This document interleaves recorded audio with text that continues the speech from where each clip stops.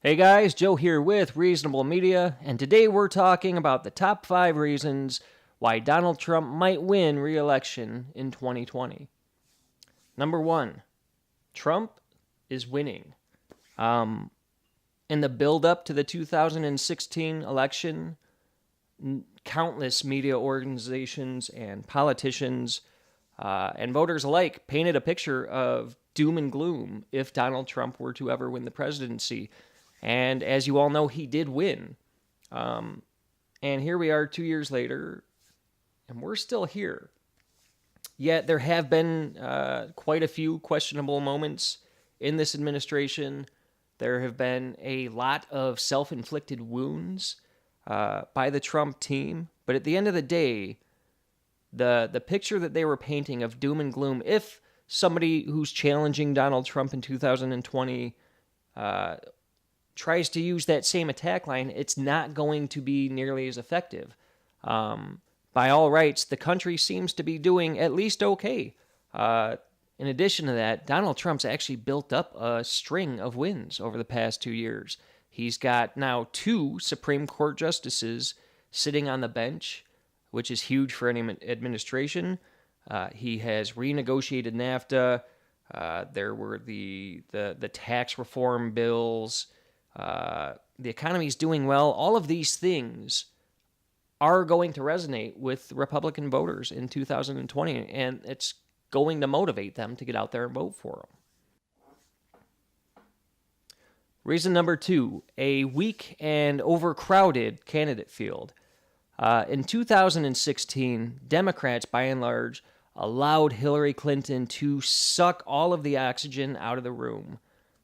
She was able to bully every viable candidate to keep them out of the race, as well as funnel all of the money available into her campaign.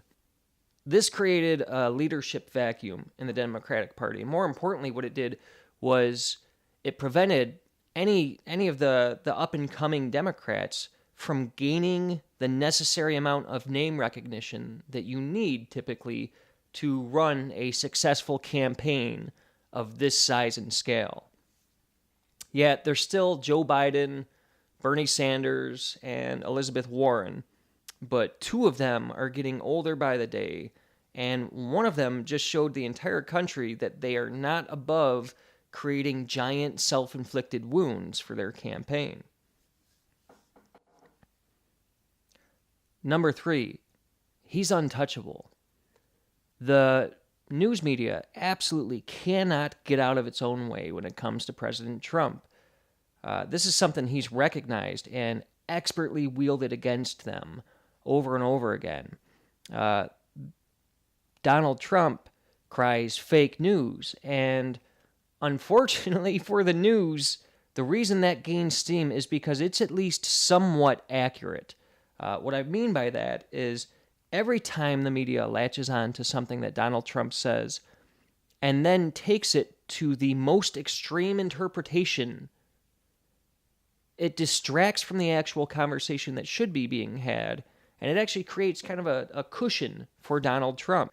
What ends up happening is people stop arguing about the thing that he said, and they argue the severity and degree of it, and it distracts from the overall argument, and it distracts from the overall case, which the media should simply just say, Donald Trump said this, and let people draw their conclusions that while that's idiotic, or while that's terrible, instead the media takes the approach of, Donald Trump said this, and this is the worst thing ever said by anyone ever.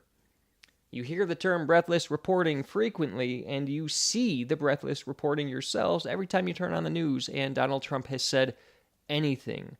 The best thing the media can do is simply report the news, but they've proven to be incapable of holding back during the Trump administration. And as a result, Donald Trump is continuing to wield that against him and will successfully do so through the 2020 election.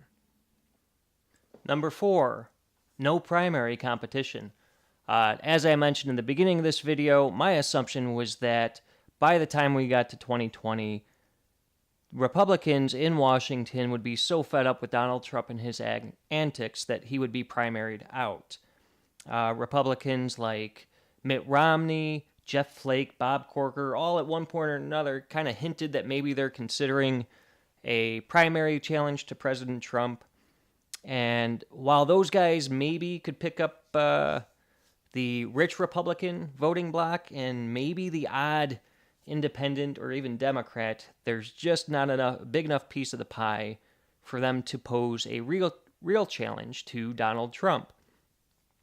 The only person who could have made any real challenge to Donald Trump is late Senator John McCain, who recently passed away, and with him took any real chance of ever primarying Donald Trump out of the presidency. Number 5, the Democrats' complete and utter lack of a platform.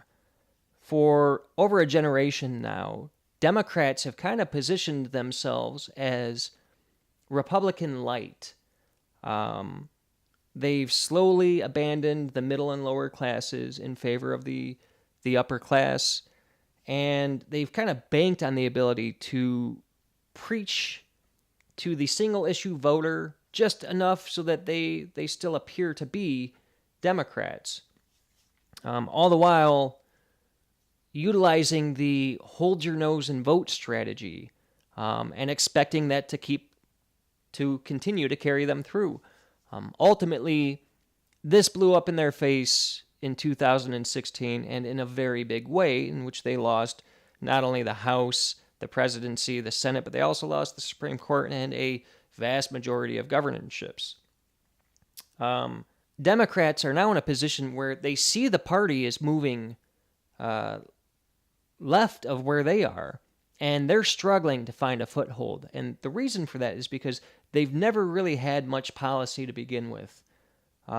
They still beat the drum on Social Security, Medicare, but they haven't done anything about Social Security or Medicare in over a generation. I don't have high hopes that they're going to, and unfortunately, even though those are both important issues, they've kind of turned into old hat as far as the Democrats' political strategy. They have nothing new to offer.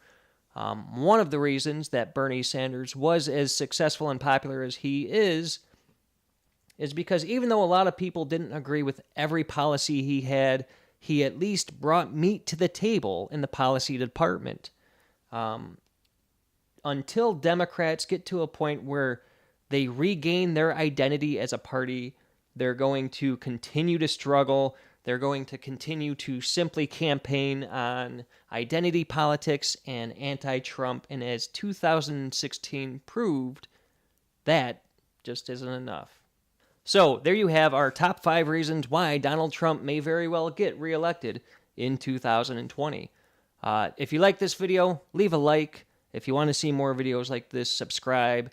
If you agree with what I said, feel free to leave a comment. If you vehemently disagree with what I said, also feel free to leave a comment. I genuinely enjoy talking politics and the issues of the day.